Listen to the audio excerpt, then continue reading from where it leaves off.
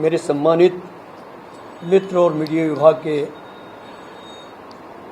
उपाध्यक्ष, जो morning briefing के कन्वीनर भी हैं, माननीय अजय सिंह यादव जी, हमारी सहयोगी उपाध्यक्षा आदरणीय संगीता जी, सम्मानित प्रवक्ता अपराजिता जी, राहुल जी, जितेंद्र जी, आनंद जी और पत्रकार मित्रों, आज अजय यादव जी ने मुझे आदेशित किया कि आपसे मॉर्निंग ब्रीफिंग के माध्यम से रूबरू हों और पार्टी की कुछ बातें कहूं और 2-3 महत्वपूर्ण मुद्दे हैं। मध्य प्रदेश सरकार और माननीय विशेषकर मुख्यमंत्री जी करप्शन को लेकर जीरो टॉलरेंस की बात करते हैं और अपने आप को ईमानदारी की प्रतिमूर्ति साबित करने में लगे हुए हैं। टेलीफोनिक चर्चा हुई है। वो एक डायनेमिक लेडी हैं।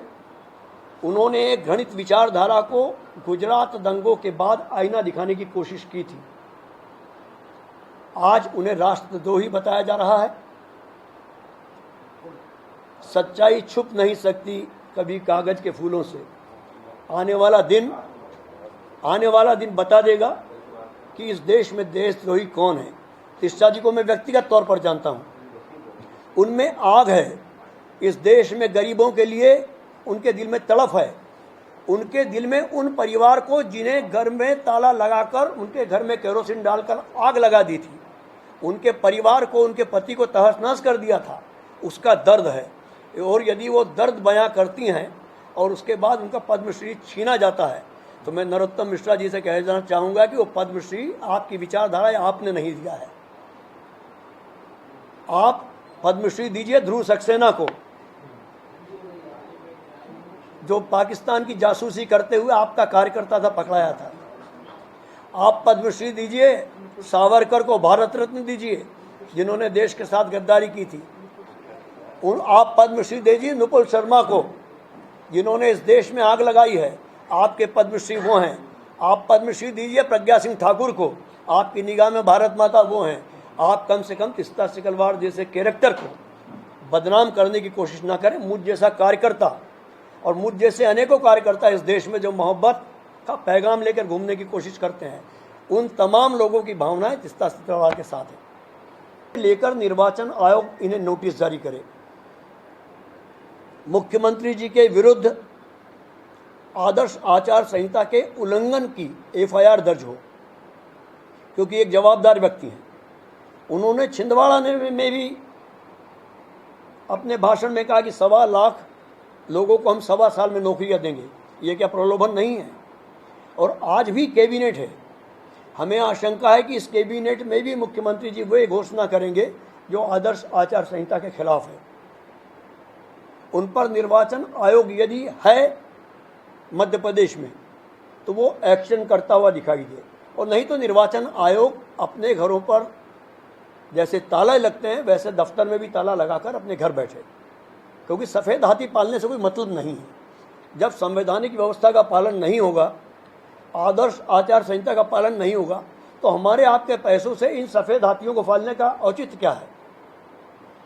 और आज हमने सुना है आप लोगों के माध्यम से कि मध्य प्रदेश में असरुद्दीन नड्डा साहब आ रहे हैं।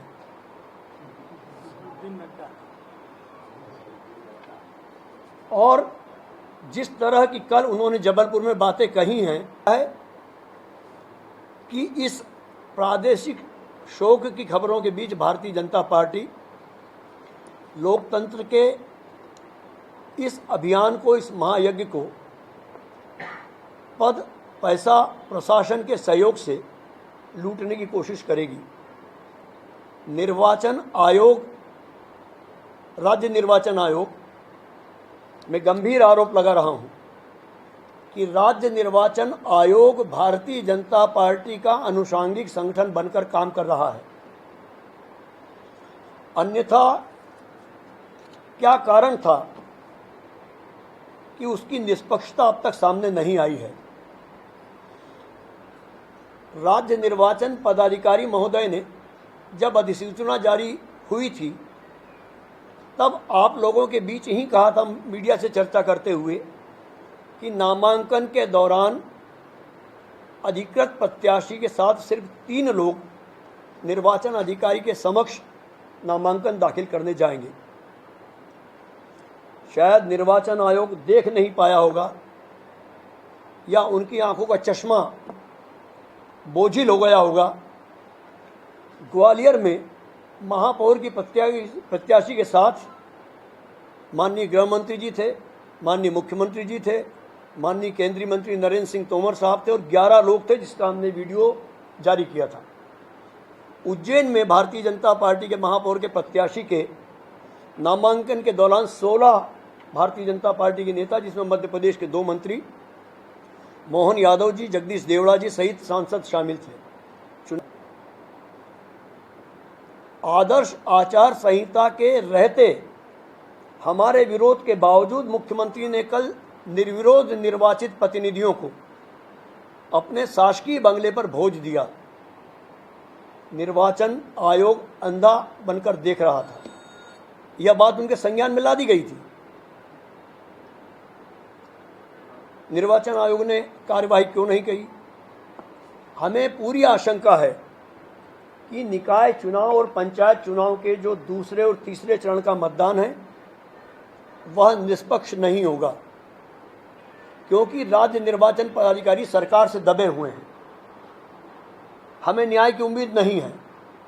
या तो एक सेंट्रल ऑब्जर्वर मध्य प्रदेश के लिए भेजा जाए और जो वृतांत हमने आपको सुनाया है उज्जैन का, ग्वालियर का और मुख्यमंत्री जी के निवास का, उसमें मुश्किल से एक कुएं के गड्ढे में 2-3 बाल्टी पानी निकलता होगा। उसकी तस्वीर हमने दी थी आपको। हमारी आदिवासी बहनें उस कुएं में जो ग्रिल बाल्टी डाल के पानी भरते हैं, उन रस्सियों से कुएं से नीचे उतरती हैं और वो 2-3-4 बाल्टी जो पानी कलेक्ट होता है कुएं के गड्ढों में, उससे पानी भरती हुई उनकी तस्वीर दिखाई दी थी। यदि जल जीवन मिशन साकार हुआ है तो ये खंडवा, जहां मुख्यमंत्री जी बार बार कहते हैं कि मामा है ना, ये उसकी तस्वीर आप लोगों ने ही प्रकाशित की थी। खंडवा तो एक बड़ा यानी शिक्षित इलाका कहा जाता है, जो समृद्ध भी है, वहाँ की ये तस्वीर है। और ये माननीय तुलसी सिलावट जी जो जल संसाधन मंत्री हैं, यह उनकी कॉन्स्टिट्यूएंसी सांवेर के एक गांव की तस्वीर है। अब मैं पूछना चाहता हूं माननीय तुलसी सिलावट जी से और माननीय मुख्यमंत्री जी से कि कौन इन राशि को हजम कर रहा है, कृपा कर वो बताएं तो मेहरबानी होगी। और कांग्रेस सरकार वह सरकार है या वह विचारधारा है जिसने इस देश में right to education, right to food का अधिकार दिया, और हमारे नेता माननीय कमलनाथ जी ने मुख्यमंत्री के बनने के बाद इस प्रदेश में राइट टू वाटर के अधिकार के कानून की बात कही थी। और उनके हटते ही जल जीवन मिशन में ये जो 2 साल के आंकड़े हमने आपको दिए हैं, भ्रष्टाचार सामने आया है, वह एक चिंता का विषय है। भ्रष्टाचार को लेकर जीरो टॉलरेंस की जो मुख्यमंत्री। हमसे जुड़े रहने के लिए हमारे YouTube चैनल को सब्सक्राइब करें और नई वीडियो की नोटिफिकेशन के लिए बेल आइकॉन को दबाएं। अगर आप ये वीडियो Facebook पर देख रहे हैं तो लाइक जरूर करें और ज्यादा से ज्यादा शेयर करें। धन्यवाद।